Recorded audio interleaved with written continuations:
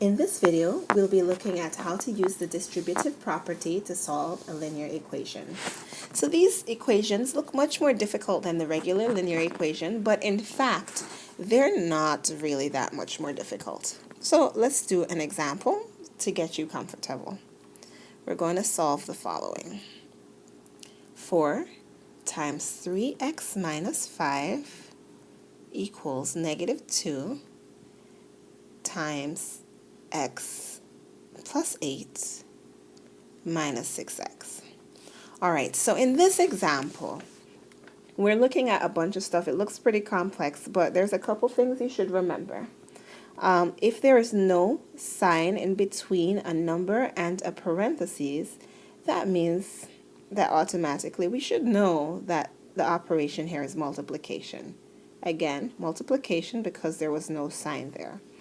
All right, so when you have a number, this is the next thing you should remember. When you have a number being multiplied by some stuff in a parentheses, that means it's being multiplied by everything in the parentheses.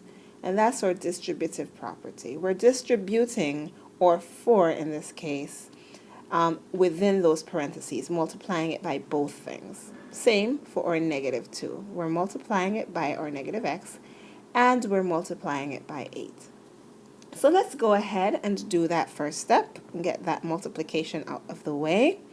We get 4 times 3x gives you 12x minus 4 times 5 gives us 20.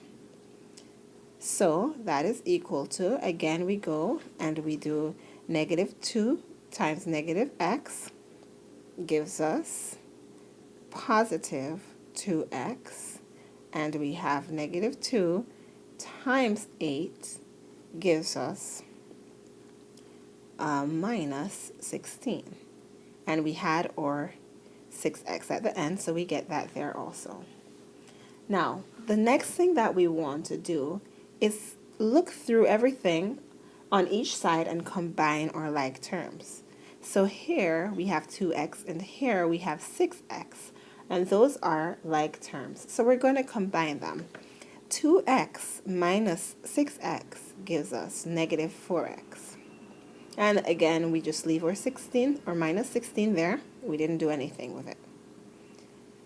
Now, this is starting to look a lot more familiar. So we want our x's on one side, and we want our constants on the other side. And since I like to keep things positive, as I've already said in another video, I am going to add 4x to both sides. And by adding 4x to both sides, it gets the x away from this side and pulls it over to this side. All right, so on the left side, I have 16x minus 20 equals negative 16. We're almost there. Again, so we want the x by itself. And this minus 20 is kind of cramping our style here. We don't want it near the x, so we have to get rid of it. So in order to do that, I have to add it.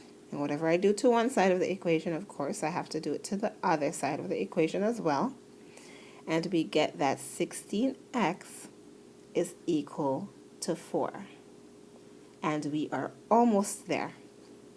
Right now, we still have that 16 with our x. It's being multiplied by our x, but we don't want anything with our x.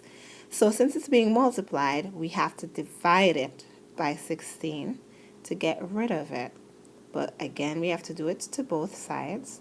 So we get that x is equal to 4 over 16.